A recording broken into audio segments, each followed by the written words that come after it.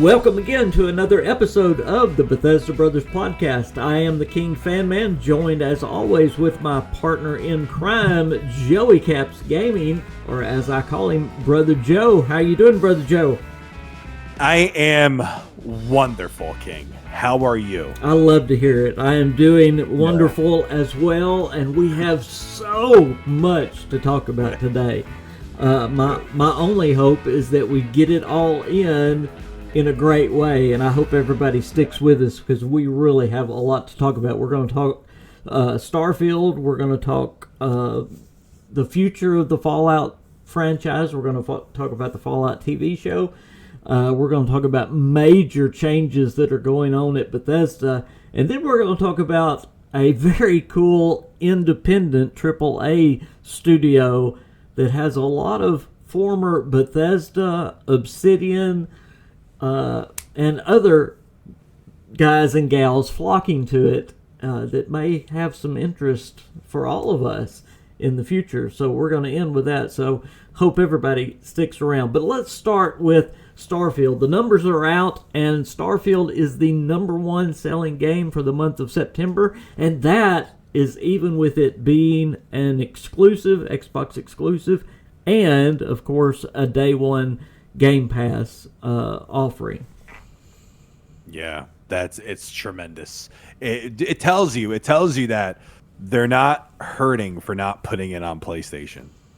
That's what it tells you, and it tells you they're not hurting from putting it on Game Pass. Now, I wonder those sales. I wonder if it includes people who have Game Pass paying for the early access to have start. So it includes all those numbers too. Yes, because I'm one of them.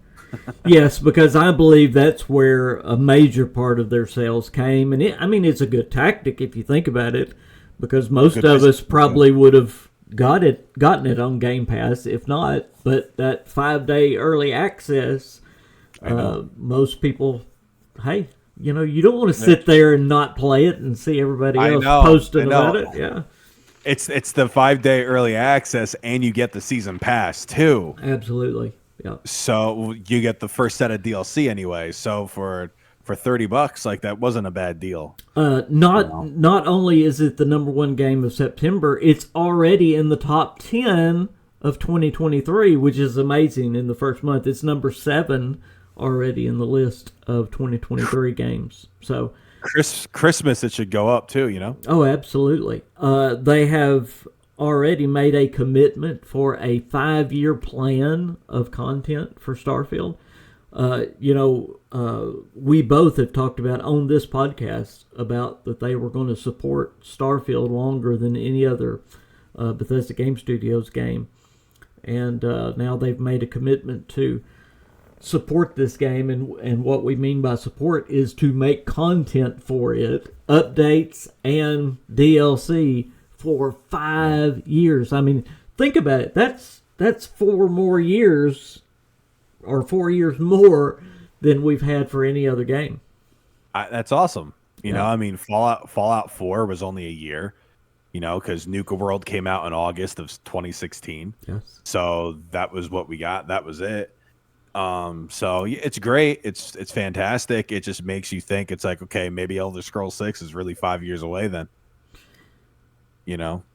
Could be. Absolutely. Makes you think. I've heard some of the negatives about Starfield, and I understand where people are coming from, but I don't think some people are thinking about mods haven't gotten here yet. So this game is not complete in that way. And again, 5 years of support. Think about what this game is going to be, not what it is right now. King, you'll agree with this, I bet. I love how the game is now. I do too. I think it's wonderful. I love the main quest. It's my favorite main quest by a lot in a BGS game. Have you beaten it yet? I assume. Yes. I've beaten it. I'm on New Game Plus 5. Okay. I went and I have 3 characters, so yeah. Oh wow. Yeah. So like what I did, I went crazy as soon as I heard about the different. I don't want to spoil anything for anybody who Oh hasn't. my gosh, it's good. Yes. But I assume that they know a little bit. I kept jumping. I kept jumping like each time. I kept jumping immediately. So it took me like a half hour to an hour just to keep jumping and jumping and jumping and jumping and jumping. It was that is what I had so much fun with. That might sound stupid, but I had a lot of fun with the whole thing. Well, you're supposed to play the way you want to. I've found it neat. It's the best New Game Plus I've ever played. It's the best idea of New Game Plus. I think because I think it does it a disservice calling it New Game Plus. Yes, because the dialogue is different. The game is different. It's a different dadgum game. I mean, the continuity is there. It just keeps going. Yeah, I think it does it a disservice calling it New Game Plus, because with a New Game Plus too, you're expecting to potentially, have your items too and stuff, and it's not that, but it's different. It's different. I love it. And can I say this quickly before we move on? Sure. We're about to move on, but without spoiling anything, if Shattered Space, the first DLC, doesn't do it, and I think it's going to, how can I do this without spoiling anything? And again, I know most people know what's going on in Starfield. What the things are and everything. But think about what they're going to do with a DLC when you jump again into a new game, let's say. It's going to be a totally new experience. The whole game world is going to be a totally new experience from a different perspective. Was that saying it well enough to not spoil it? I guess so, but also too, it depends how many times you've done it.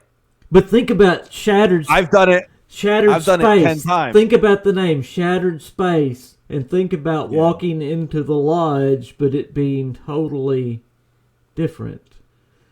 Almost like what was the game, the Rockstar game where you had the zombie part of it? The Old West game where you had the Red Dead. Yeah, and what was the other one called? Red Dead, Undead Nightmare or something. There like you that. go. They're going to do that. I'm telling you, they're going to do that with Shattered Space or one of the DLCs. It's going to be a totally different dimension. It's going to be a totally different. You watch. Sarah's going to be a zombie. It's going to be great. Do you know what happens when you keep jumping or no? I do. Yes, I do.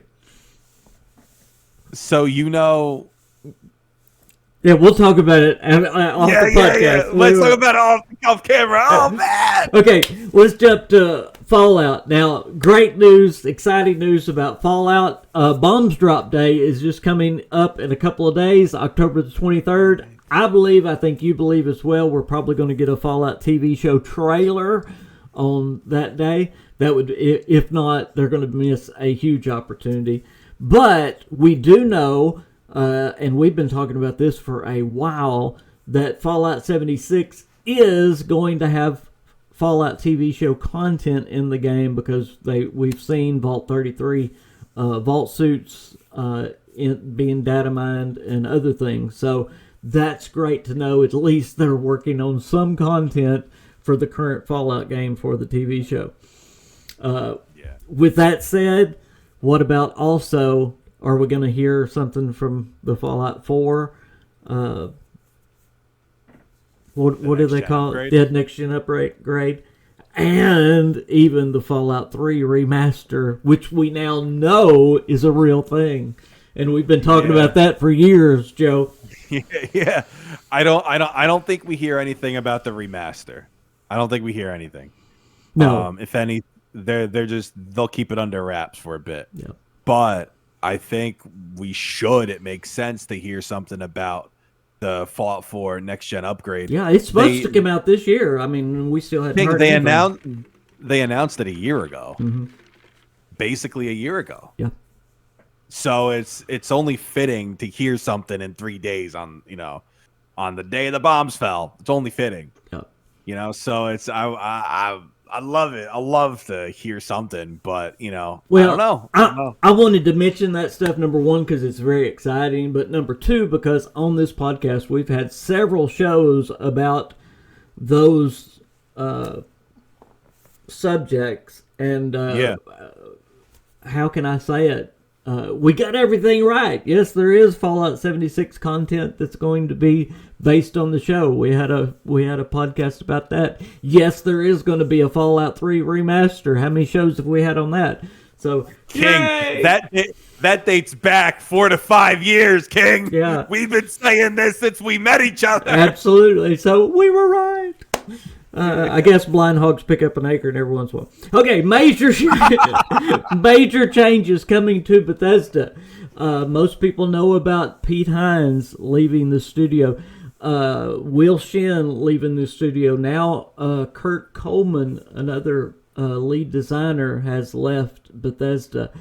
I don't want us to forget, though, these departures have been going on for quite a while. The departures date back to even before the merger with Xbox. I think probably since people started knowing about the merger.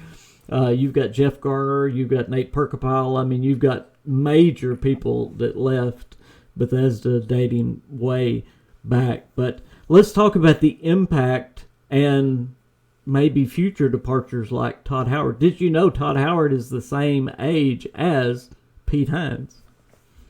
They're young. I am so glad you said that. Pete Hines is 54. Yeah. Todd Howard is 53. Yeah. Both of them are older than me, by the way.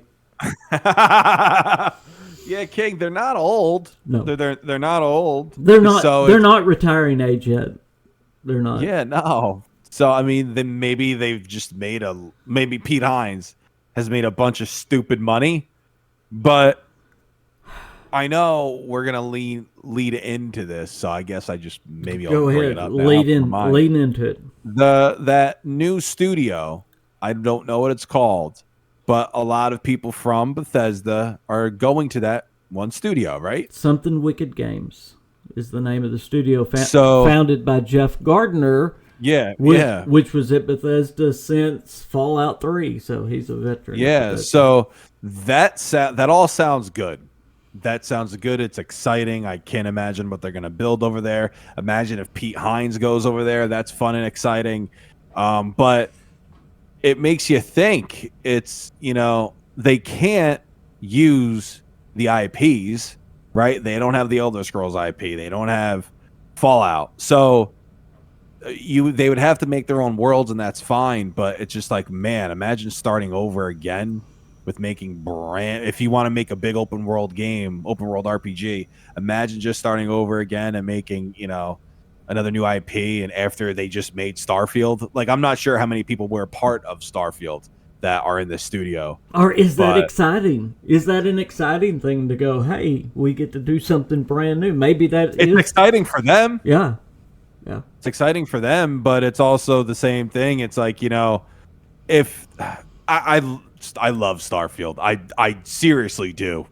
I feel like I'm playing the new Fallout game, honestly, just in space. And I hate, if anybody takes offense, I apologize. But I really love Starfield. However, Bethesda Game Studios fans, it's not like we get a Fallout every year. It's not like we get Elder Scrolls every year. We don't. We got Skyrim back in 2011. We just want stuff that we love. And it's really a shame that it's been 12 years since we've received Elder Scrolls 5 Skyrim. It's been a long time. Yeah. And Elder Scrolls 6 maybe is 4 or 5 years out at this point. That's a long time. This is just a different topic, and I apologize. They can't keep doing that. So it's if it's not broke, you really don't have to fix it. And them coming out with Starfield, great game, love the game, my favorite main quest ever. It's out of a BGS game.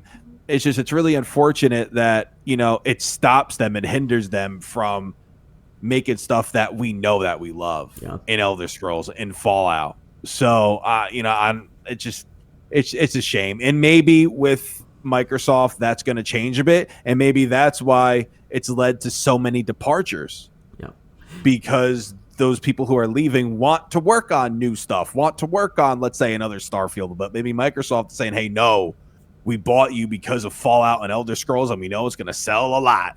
Well, and Starfield has sold a lot too, and so it's worked out. I know people don't want to talk about it, and I hear people just going, this just happens in the gaming community. People leave. I know. No.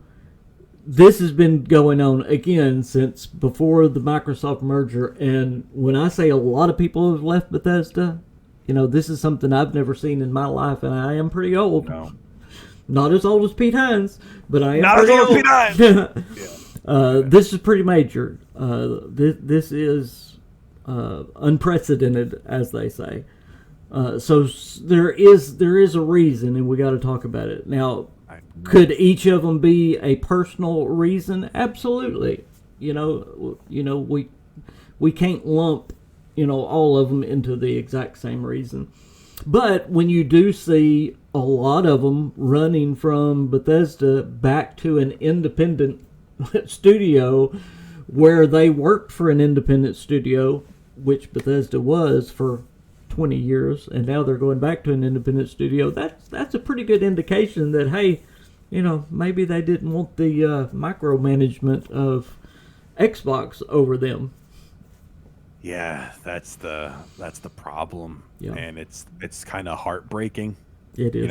It's heartbreaking. Microsoft knew what they were doing, though. Yep. Right. They went out and they along with Bethesda came with a bunch of different IPs, but the two biggest ones, Elder Scrolls and Fallout, and that's what they were thinking. That's what they were thinking. So but I do understand. It's like, hey. And also, too, when you buy a brand new company, you also want to show profit, right? So in cutting down, in people leaving a company, you're also showing, like, hey, we actually made money this year. Well, yeah, but a lot of people left, too, so you saved money there. Do you know what I mean? Yeah. So... I wish them nothing but the best with this brand new studio. It might be great. It might be incredibly fun. I just want, and just like every other Bethesda fan, King, I want Elder Scrolls, because Skyrim was amazing. I loved Skyrim. I played a bit of that recently, and it's a fantastic experience. And I love Fallout. It's my favorite franchise ever. I know we want the games that we have fallen in love with, and we want the best people working on them. So I think we hate when we see these things. We have to mention the elephant in the room. Is this Todd Howard's last game? Is the Elder Scrolls 6 going to be his last game? Now, he did talk to IGN about this, and he said it very well may be, because he talked about his age. And you think about it, he's got several other projects he's working on or helping on. He's got the Indiana Jones game. He's got the Fallout TV show. And there's another project that he's working on that's unnamed. So there's at least 3 other projects that he's working on. So the Elder Scrolls and that would give him time to finish all those projects. Would he retire then after that? Now, I think you have a little bit of a different take, but I think the Elder Scrolls 6 may be his last. I don't think so. I think whatever's unnamed is his last. And I think whatever's unnamed, it could be something that has to do with the Fallout franchise. He will be almost 60 years old when the Elder Scrolls 6 is done with DLC and everything. He'll be right at 60 years old. Yeah, I think that's why that third project is unnamed, because they could be working on things simultaneously. Oh, I like that. And that because Microsoft knows, hey, we want these games to come out a little quicker, and in order for them to, and the studio has grown, right? So it's just, people might call me crazy for assuming this, and I'm not saying it's a fact. I'm just saying, hey, this could be, putting on my speculation hat here. But I think, don't be shocked if that unnamed project is something that they're actually, it could be a Fallout. I wouldn't be shocked at all, because he loves the Fallout franchise, and before the Microsoft purchase, whenever you hear him talk about Fallout, it's with such love and care. And I don't think he wants his last Fallout game to be 76. I really don't. Me and you've talked about it. We believe there is a Fallout either in the works or already agreed upon that's not Fallout 5. And I don't think Todd's going to let a Fallout be worked on that he's not involved in. So, yeah, that's the thing. Yeah. That's a very good thing. I want to lean into, because I know we don't have too much more time. I want to lean in on this new studio, tell you a little bit more about it, see if people are excited. I'm excited about it. It is called Something Wicked Games. It's an independent AAA studio. They have about 40 devs right now. They're going to push for 100. What does that sound like? That sounds like Bethesda in the old days, doesn't it? Yeah. It does. Yeah. Jeff Gardiner is the founder. Again, he was a big lead designer in Fallout 3. He was the lead designer in Fallout 76, of course. But he worked on Fallout 4, Skyrim, all those. But there's also working at... he has hired a great team around him. Charles Staples is the design director. He worked on The Outer Worlds. He also was the lead level designer on Fallout New Vegas. They've got several people that worked at Obsidian, several people that worked on Fallout New Vegas. There's Robert Land. There's, and I can't pronounce their first name, Akil Hooper. Do you know that person? Worked at Obsidian. No. But there's people from BioWare. There's people from Respawn. Now Will Shinn. You know Will Shinn, coming from Bethesda, which was the lead guy on Starfield, but he's been there since Fallout 3. He comes into Something Wicked Games, and I'm not too sure that Kurt Coleman won't come in there as well, because it sure sounded kind of like that. He's looking for a job. Kurt Coleman, by the way, talking about the Elder Scrolls, he is the Elder Scrolls lore guy. He's basically the one that wrote the Elder Scrolls lore with Todd Howard. So you put all these guys together. Why is that important? Well, the game that they're working on is an Elder Scrolls type game. It is a game that's set in the Middle Ages. It's a kind of a neat game, but it's a game that to hear Jeff talk about it's really great. It really leans into the choices that you make and those choices affecting the game. Now that sounds like an Obsidian game, doesn't it? That's what they really that's what they really want. But the game is called Weird Song. It's not spelled weird, it's W-Y-R-D. But y'all can look it up. It's pretty neat.